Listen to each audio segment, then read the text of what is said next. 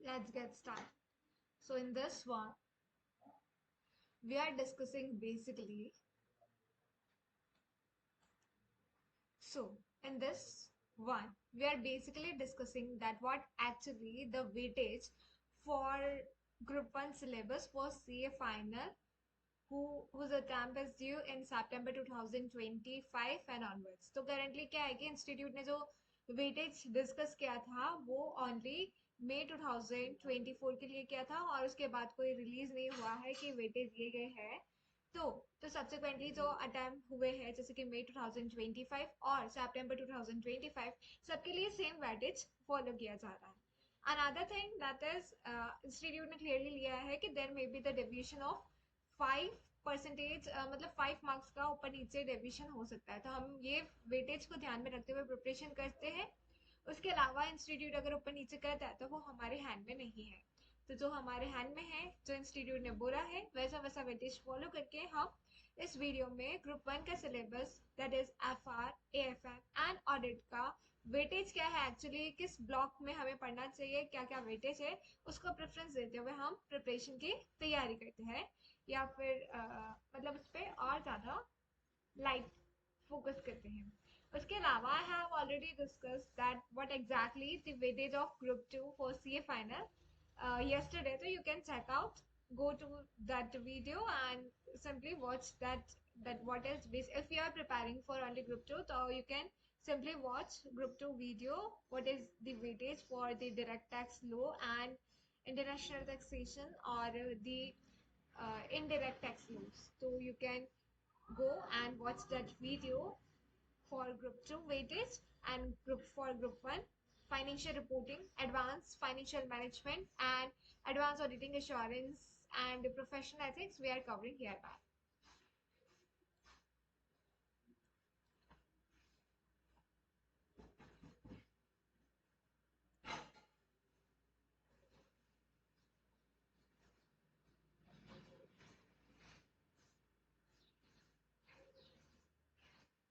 Paper 1 that is the financial reporting which carry 100 marks.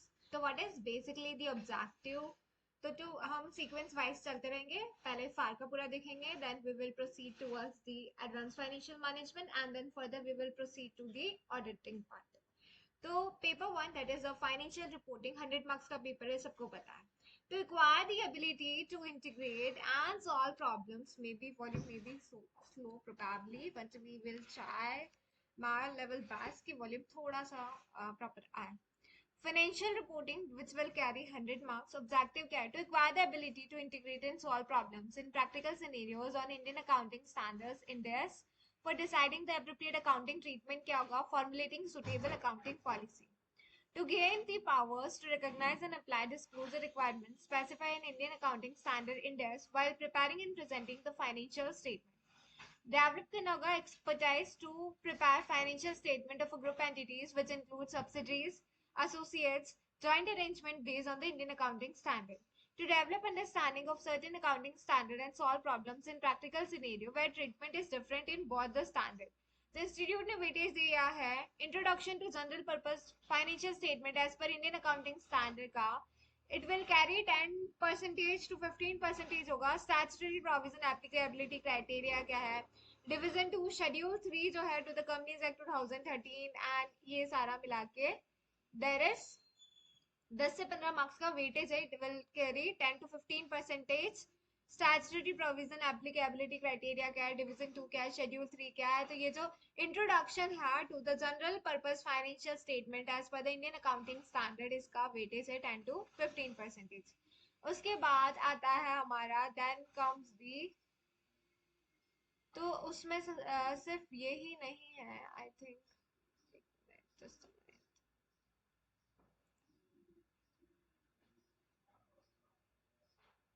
ये 10 से 15% हमें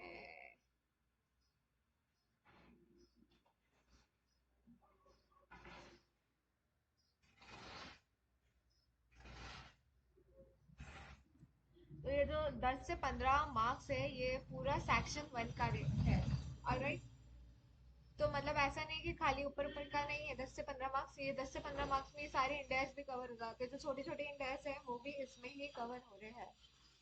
okay, so I got it that 10 से 15 marks के अंदर क्या क्या आएगा, ये वाला पूरा पार्ट आएगा डिवीजन 2। उसके बाद conceptual framework for financial reporting under Indian accounting standard index, ये वाला part. Application of Ind AS with reference to general purpose financial statement. Ind AS on presentation of items in the financial statement. Ind AS 1 presentation of financial statement. Ind AS 34 interim financial reporting. Ind AS 7 statement of cash flow.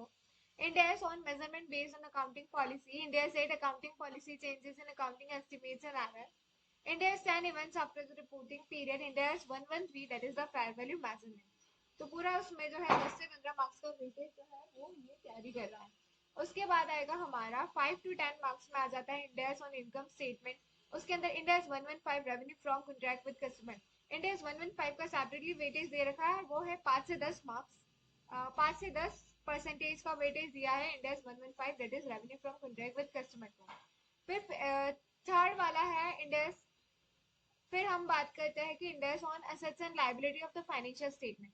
Index अब ये है 15 से 25 marks का, it will carry 15 to 25 marks. उसमें index 2 आ जाता है inventory.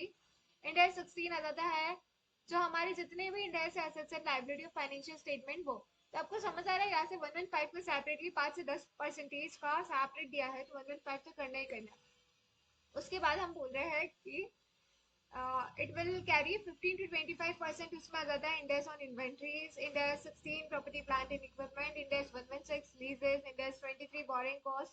Index 36 impairment of asset. 38 intangible asset. 40 investment property. 105 non current asset held for sale and discontinued operation.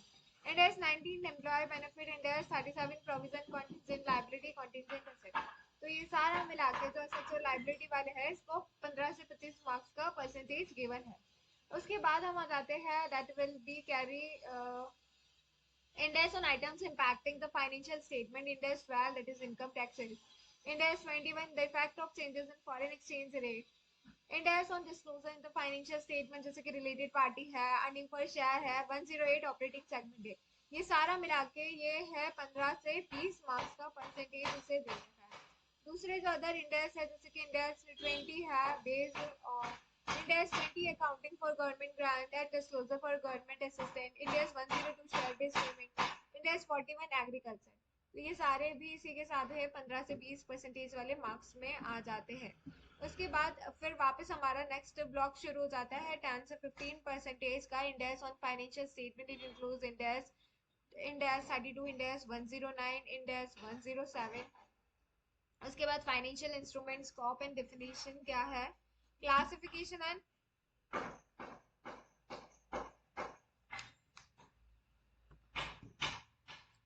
classification and measurement of financial assets and liability, financial instrument equity and financial liability, derivatives and embedded derivatives, recognition and de-recognition of financial instrument has accounting disclosure। ये सारा मिला के it will carry 10 से 15%। उसके बाद index on group accounting business combination index 103 consolidated and separate financial statement it will carry 10 to 20 marks. Index 110 11 27 तो ये पूरा ब्लॉक हो गया है इंडेक्स 110 वाला। 111 27 28 112 कंसोलिडेटेड फाइनेंशियल स्टेटमेंट और मतलब इंस्टीट्यूट ने सेपरेट वेटेज दिया है, किसके लिए दिया है 103 और 110 कि 10 से 20 मार्क्स का आएगा। और ये डेफिनेटली आता है एग्जाम में, 103 भी आ रहा है 110 दोनों ही आ रहे हैं, एक एमसीक्यू में आ रहा है एक उधर आ रहा है। उसके बाद आ जाता है फर्स्ट टाइम अडॉप्शन का, फर्स्ट टाइम अडॉप्शन और एनालिसिस ऑफ फाइनेंशियल स्टेटमेंट। अब ये भी हर बार आ रहा है, यानी कि मतलब कि 5 से 10% मार्क्स दिया है इसको। इसमें first time adoption of index है, एनालिसिस ऑफ फाइनेंशियल स्टेटमेंट, फिर ethics with concept, identify and explain, technology, valuation. ये 5 से 10% वाला जो है हमें दिया हुआ है, तो it will carry this percentage of marks. तो यहाँ से हमें कुछ चीजें जो है बहुत ज्यादा क्लियरली पता चल जाती है। आई मे से सर्टेन चीजें बहुत ज्यादा यहाँ से हमें क्लियर हो जाती है। वो ये है जैसे कि सपोज ये थ्योरी वाला है पूरा 5 से 10 मार्क्स का है। फिर फर्स्ट टाइम 101 जो है वो और ये एनालिसिस वाला 5 से 10 मार्क्स का है। 103 और 110 जो है वो 10 से 20 मार्क्स का है। तो फिर शॉर्ट शॉर्ट हमें पढ़ना ही है। इतने सारे बंच में से अगर हम कुछ छोड़ देंगे तो इतना ज्यादा लॉस नहीं होगा जितना सेपरेट वेटेज वाले को अगर छोड़ देते तो ज्यादा लॉस होता है।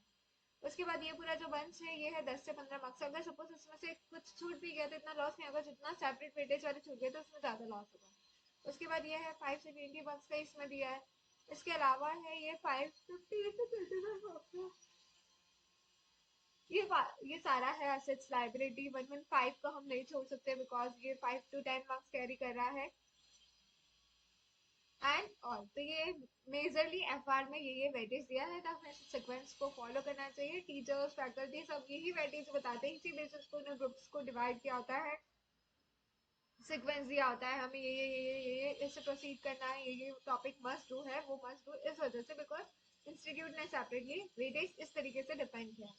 अब आ जाते हैं हम नेक्स्ट कवरिंग द मतलब इसका पढ़ लेते हैं हम डिस्कशन नोट्स ऑन AS7 जो है AS9 AS19 22 will be given along with corresponding index 115 1116 and index 12.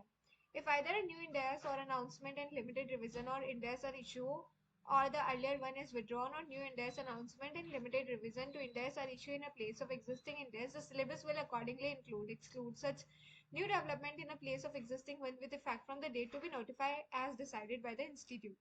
उसके बाद जो भी स्पेसिफिक इंक्लूजन एक्सक्लूजन होगा in any topic covered in the syllabus will be affected every year by way of study guidelines. Paper two that is, अब हम आ जाते हैं coming to the paper two that is the advance financial management. The advance financial management which will carry 100 marks paper और obviously the objective to acquire the ability to apply the financial management theories and techniques in strategic decision making। Concept क्या है, financial policies क्या है, corporate strategy क्या है, advance role. अब ये जो है ये मतलब कि फर्स्ट वाले का और फर्स्ट वाले का वेटेज नहीं दिख रहा है अभी ये पूरा। I know I am feeling so sleepy but my purpose is to कि हमें वेटेज पता होना बहुत ज़रूरी है बिकॉज जब हम प्रिपरेशन करने बैठते हैं हमें पता नहीं, हम बस अपने रैंडमली चूज कर रहे हैं, पढ़ रहे हैं, कुछ भी कर रहे हैं, नहीं। We need to to have a thorough understanding that what exactly institute ने क्या वेटेज प्रोवाइड किया है, किस चैप्टर को कितनी इज्जत देनी है, हमें इंस्टीट्यूट के वेटेज से ही पता चलेगा। हम अपनी चलाएंगे तो फिर इंस्टीट्यूट रिजल्ट भी उसका देने वाला है। तो हमें थोड़ी सी कॉन्शियसनेस होनी चाहिए while we are reading, otherwise हमारे रिजल्ट कैसे आ रहे हैं हमें पता है। सो यहाँ पे हमारा आ जाता है 8 to 15%। ये पूरा एंटायर यूनिट 1 है। यूनिट 1 कहाँ खत्म हो रहा है, यहाँ खत्म हो रहा है, यानी कि हमारे 8 से 15% के मार्क्स इससे आने वाले हैं। अभी आया भी था advance role of CFO in various method including the value creation, ये एग्जाम में क्वेश्चन पूछा गया था। तो financial policy and corporate strategy, advance role of CFO in various method including the value creation, strategic decision making framework क्या है, interface क्या है और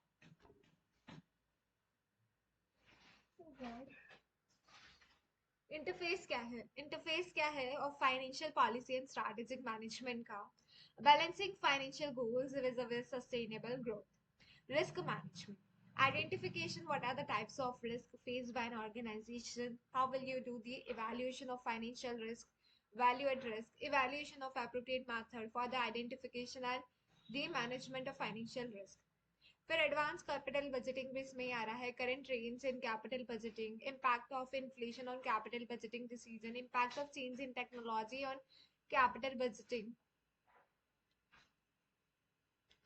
impact of change in government policies on capital budgeting, dealing with risk and investment decision, internal and external factor affecting capital budgeting decision, methods of incorporating risk in capital budgeting, adjusted present value, optimal replacement cycle। तो ये सारा इसमें आता है। उसके बाद there will be the security analysis। तो उसका सिक्योरिटी एनालिसिस तो अभी मतलब जितनी भी थियोरिटिकल वाला पार्ट है उसका वेटेज है अराउंड 8 से 15 मार्क्स। उसके बाद इसी में आ जाता है fundamental analysis, technical analysis, meaning, assumption, theory, principle, starting techniques, basic efficient market hypothesis, equity research tools available. उसके बाद हमारे पास आता है 20 से 30 मार्क्स का कौन कौन सा चैप्टर है, उसमें आ जाता है सिक्योरिटी वैल्यूएशन। तो सिक्योरिटी वैल्यूएशन काफी बड़ा चैप्टर है और ये अच्छा मार्क्स कैरी करता है। थ्योरी क्या है वैल्यूएशन की, return concept, equity premium, require return on equity, discount rate, selection in relation to cash flows. Then what will be the approaches to valuation of equity share, valuation of preference shares, valuation of debenture and bond. Role and responsibility of valuer, precaution need to be taken by valuer before accepting any valuation. तो 20 से 30 marks का हमें दिया है, separately weightage दिया है 20 से 30 marks का सिक्योरिटी, वैल्यूएशन और पोर्टफोलियो। बहुत बड़े चैप्टर है बट हाई वेटेज कैरी करते हैं। पोर्टफोलियो इजी है, पोर्टफोलियो ज़्यादा इजी है as compare to security valuation, as I feel like कि सिक्योरिटी वैल्यूएशन मतलब पोर्टफोलियो ज़्यादा है। पोर्टफोलियो में मेजरली फॉर्मूला है, once you know the formula you will manage the same. और सिक्योरिटी वैल्यूएशन भी इजी है बिकॉज ये कहीं ना कहीं इंटरमीडिएट से लिंक करता है, कुछ चीज़ें उसमें और एडवांस में है but that we need to prepare separately. So portfolio management में क्या है? Portfolio analysis, portfolio selection, capital market theory, portfolio revision, portfolio evaluation, asset allocation, fixed income portfolio, risk analysis of investment in distressed securities, alternative investment avenue, real estate, gold, private equity, REIT, hedge funds, ETFs, mutual funds and commodities. उसके बाद है securitisation. Securitisation और जो दूसरे units है उसका भी marks हमें गिवन है, मतलब कितना वेटेज है। तो पोर्टफोलियो और सिक्योरिटी वैल्यूएशन का परसेंटेज हो गया अराउंड 20 to 30 मार्क्स। इसके अलावा we can say 8 to 15 marks की थ्योरी। उसके अलावा जो दूसरे चैप्टर जैसे सिक्योरिटाइजेशन का अगेन 20 से 30 मार्क्स, इसमें और चैप्टर आएंगे, नीचे फर्दर मैं डिस्कस कर रही हूँ।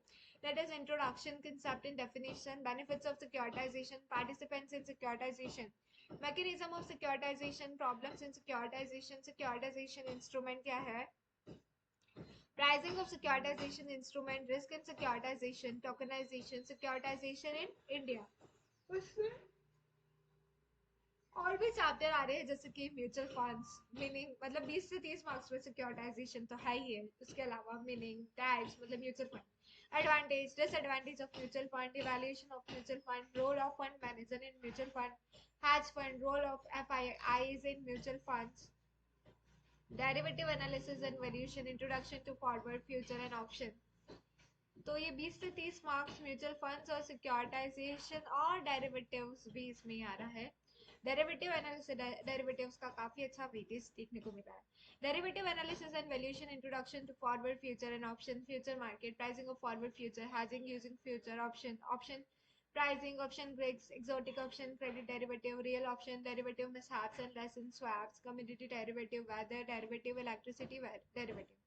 Foreign exchange exposure and risk management क्या है, factors affecting foreign exchange rate, role of SWIFT in foreign exchange, national and international payment gateway, exchange rate determination, foreign currency market, management of foreign risk, exchange risk. उसके बाद आता है next comes that is the IFM का weightage है 20 to 25%। उसमें और भी chapter आएंगे, ऑब्वियसली आएंगे। तो उसमें आईएफएम है, बहुत ज्यादा नींद आ रही है, फीलिंग लाइक, बट नींद तो आती रहती है, नींद का क्या है। तो that we simply what we need to that is drink water all together.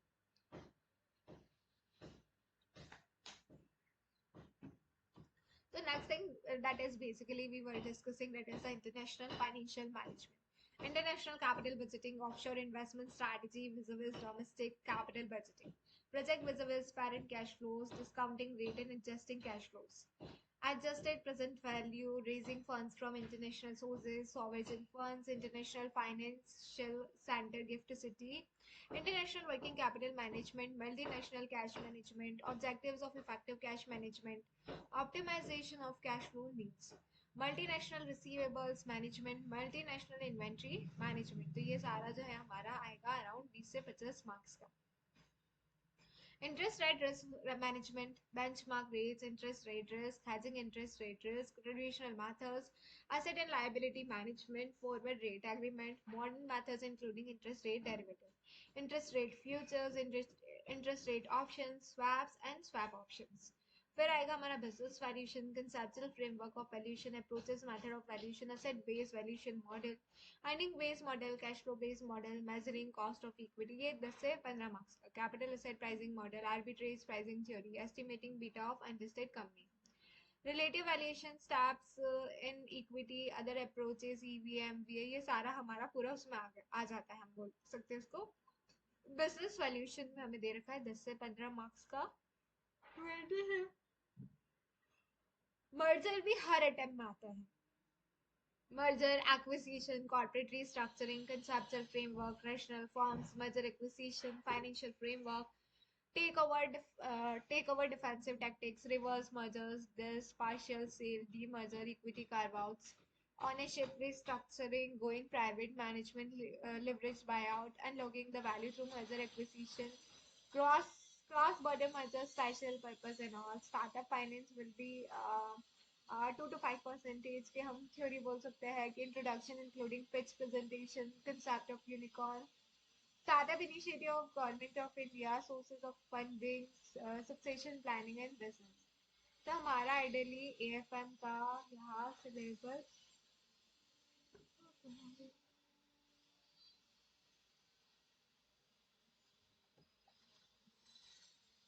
यहाँ हमारा एक्चुअली जो जो भी हमें एएफएम के लिए वेटेज कैरी मतलब इंस्टीट्यूट ने अपनी तरफ से वेटेज दिया था वो यहाँ पूरा हो जाता है।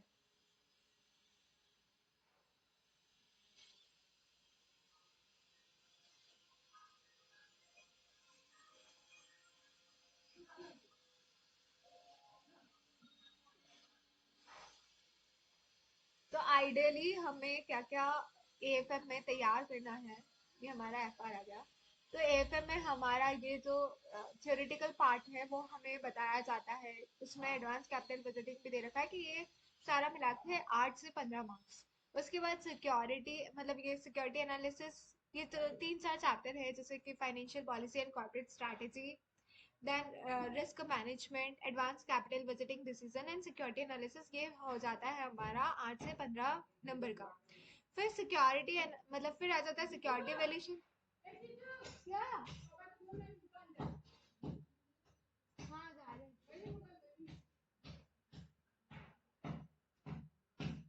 जैसे वो लक्षिता को बोलना, लक्षी जा रही है।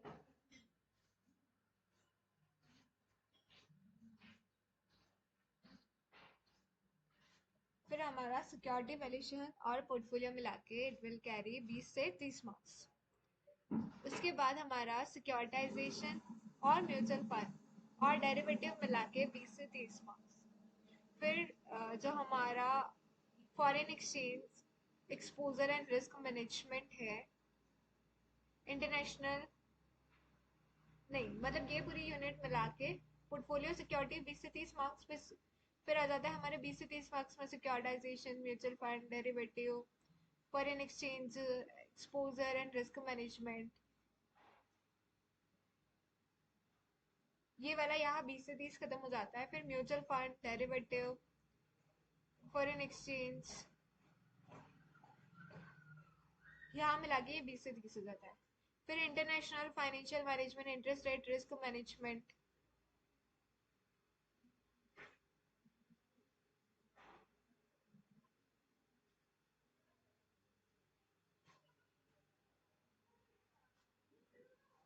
फिर यहाँ पे हमारा आईएफएम 20 से 25 मार्क्स का, आईआरआरएम 20 से 25 मार्क्स में कवर है। फिर बिजनेस वैल्यूएशन 10 से 15 में है, मर्जर एक्विजिशन 10 से 15 के अंदर है और स्टार्टअप 2 से 5। फिर आ जाता है हमारा then comes the paper number 3, that is the advance auditing. Video बना रही है, सुनो उसमें क्या लिखा हुआ है, आया था ना एक्सटर्नल एनवायरनमेंट, टेक्नोलॉजी कंपटीशन, वो तुमको याद है बिजनेस एनवायरनमेंट का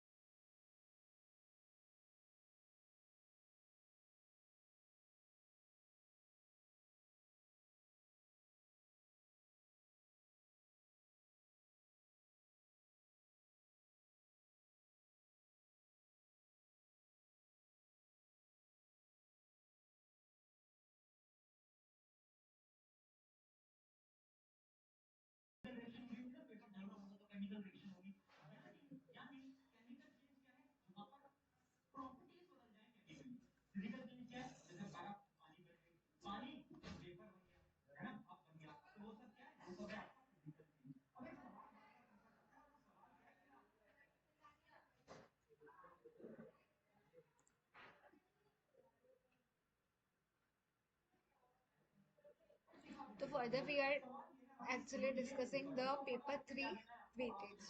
पेपर थ्री वेटेज के अंदर हमारे क्या क्या आएगा. पेपर थ्री तो हमारा जो फियर है वो मोस्ट ऑफ द स्टूडेंट का फियर होता है ऑडिट. तो ऑडिट का वेटेज हम इग्नोर करते हुए चलते हैं और ऐसे हम इग्नोर कर देता है.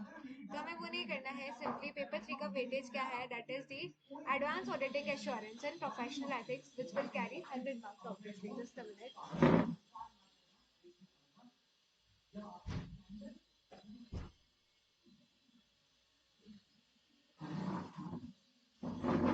To paper three में भी there is obviously the weightage is given by the institute. Advanced auditing assurance and professional ethics 200 marks का paper है. To gain the ability to analyze current auditing practices and procedures and apply them in auditing engagement. To develop the ability to solve the cases relating to audit engagement. SQC1 quality control. SQC1 quality control for firms that perform audit and review of historical financial information and other assurance and related service SQC 220. तो ये सारे standards around हमारे आ जाते हैं 45 से 55% में इन्हें डाला गया है. तो सारे स्टैंडर्ड का अराउंड 45 से 55% में आ जाता है नंबर. उसके बाद डिजिटल ऑडिटिंग का there is 3 to 6% auditing digitally. Digital auditing uses of automated tools such as CAD, data analytics, artificial intelligence, etc. Remote auditing. उसके बाद ग्रुप ऑडिट का परसेंटेज है 17 से 24%. इसमें ग्रुप ऑडिट आता है, बैंक और एनबीएफसी आता है, पीएसयू आता है, इंटरनल ऑडिट आता है, ड्यू डिलिजेंस इन्वेस्टिगेशन. तो इसका वेटेज काफी कम है, 17 से 24% ही है. फॉरेंसिक मतलब पूरा investigation, due diligence, forensic accounting सब हो जाता है. एसडीजी का वेटेज अलग से डिफाइन है, डेट इज अराउंड 3% to 6%. इसमें से भी क्वेश्चन हर बार कुछ ना कुछ तो आता है, एमसीक्यू आता है, क्वेश्चन आता है ना. प्रोफेशनल एथिक्स का भी सेपरेटली वेटेज डिफाइन है, डेट इज 17% to 24. इतनी यूनिट पढ़ो और प्रोफेशनल एथिक्स पढ़ो तो प्रोफेशनल एथिक्स का 17 से 24% का मार्क्स सिलेबस में है. तो हमें वेटेज को थोड़ी प्रेफरेंस देनी चाहिए, ऑब्वियसली देनी चाहिए. प्रोफेशनल एथिक्स अकेला प्रोफेशनल एथिक्स 17% से 24% कवर कर रहा है, जहाँ की इतने सारे चैप्टर मिला के ओनली 17% से 24% के मार्क्स कैरी कर रहे हैं. तो काफी ज्यादा डिफरेंस क्रिएट हो जाता है. तो जैसे कि हम प्रोफेशनल एथिक्स की बात करें तो उसमें 17% to 24% का वेटेज है. एसडीजी का है 3% to 6%.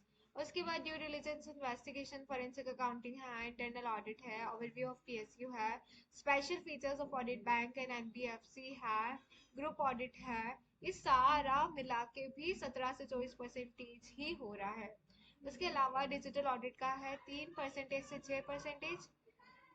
और उसके बाद आता है prospective financial information and other assurance review. ये जो सारे स्टैंडर्ड्स है सारी है सारे प्रोस्पेक्टिव वाले हैं और ऐसे ही है, ये सारे मिला के इतना हाई वेटेज कैरी करे हैं हमारे एग्जाम में. और बहुत सारे टॉपिक्स तो हाई है इसमें, ये सारा मिला के 45 से 55. बट हम नहीं बोल सकते कि स्टैंडर्ड से ज्यादा क्वेश्चन आ जाते, कभी एसआरई, कभी ऐसे ही और उधर से या प्रोस्पेक्टिव से या फिर इन सब से आ जाते. तो कभी भी किधर भी कैसे भी क्वेश्चन आ रहे हैं तो हमें प्रिपेयर तो करना होगा. एक बार हम क्विकली रीड कर लेते हैं. जैसे एसक्यूसी है, ऐसे 220 है, ऐसे 240 है ऑडिटर्स रिस्पॉन्सिबिलिटी, 250 है कंसिडरेशन ऑफ लॉज, 260 है communication with TCWC, 299 joint audit, 402 जैसे कि इसमें से क्वेश्चन आ रहा है audit consideration relating to service entity using a service organization, audit planning strategy execution, ऐसे 300 है, 450 है, 520 है, 540 है, 610 है, 620 है, materiality risk assessment in internal control है, 265 है, 330 है, 320 है, ऑडिट एविडेंस है, कंप्लीशन एंड रिव्यू है, रिपोर्टिंग है, स्पेशलाइज एरिया है, रिलेटेड सर्विसेज है, रिव्यू है financial information, prospective financial information and other assurance service, digital ये सारा तो हमारा हो जाता है इस तरीके से। तो हमें ये पता चला है कि 17 to 24 मार्क्स का अकेला प्रोफेशनल एथिक्स है, 3 to 6 मार्क्स का एसडीजी वाला चैप्टर है, 3 to 6 मार्क्स का डिजिटल ऑडिटिंग है, उसके अलावा 45 to 55% का स्टैंडर्ड्स है, सारे है ना। उसके बाद हम ग्रुप टू पे आ जाते हैं। तो ग्रुप टू पे मैंने सेपरेट ली, तो मैं कहना चाहूँगी यहाँ पे करेंटली, तो currently I want to further elaborate that group 2 ka I have already made a separate video, so you can simply watch that. For group 2 weightage you can refer that video. For group 1 I have already discussed each paper one by one, whether it is paper 1 2 3 4 5, because IBS so we know that is the open book examination, तो उसका कोई separately weightage अभी इस sheet में नहीं है कहीं पे भी। So with that, whatever I know, I have concluded from my side. So hope that this video will be fruitful for you as well. Alright, so press the bell icon, thumbs up, and subscribe to my channel if you find some meaningful in this video. Alright, stay tuned, stay connected.